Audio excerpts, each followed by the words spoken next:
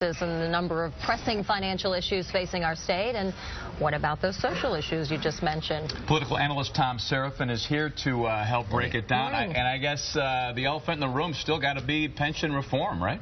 That's the bottom line. And as the governor says in his speech at noon today, he's going to say, we have moved Illinois forward. He's really kind of telling the story about where he's come from and where he is currently today in the history of Illinois and how we got here. So he's going to be talking about if we have pension reform, we have better schools. If we have open primaries that he's calling for, in fact, Bill Daley agrees with him on those issues, and registration, we have more open government. And if we have the ban of conflict of interest voting, which he's going to call for as well, we have better ethical government. So he's kind of laying the gauntlet for the legislature to meet him halfway here.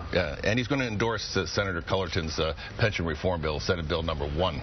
How will you, with the balance between the pension issues and, like as Corey mentioned, the huge elephant in the room, and the social issues, which may be popular things to talk about, the largest issue facing the state, though, really is the pension and budget issues. It is the budget issue, and it is the pension issue. And one thing everybody's looking at is that we passed a temporary tax increase a couple of years ago, a year and a half ago, and it provides $5 to $7 billion every year for Illinois. Without that, we are looking at our own fiscal cliff.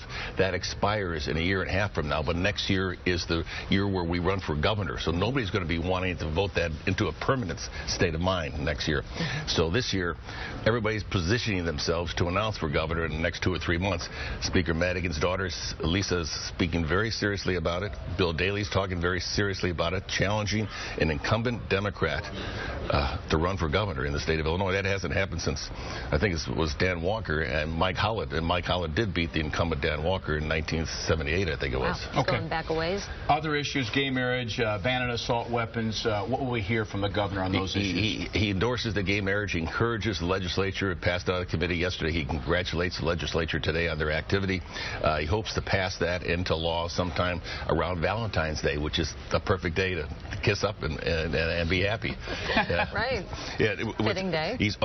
When it comes to public health, he calls for the Illinois Health Exchange to be put together. He asked Speaker Madigan and Senator Cullerton, the head of the Senate, let's get that exchange going, and he wants to enlarge the uninsured pool for Medicaid. So he's reaching out to his constituency. He's also trying to encourage the legislature to do what it's very difficult to do. Last year, he closed 54 Illinois institutions, saved $100 million.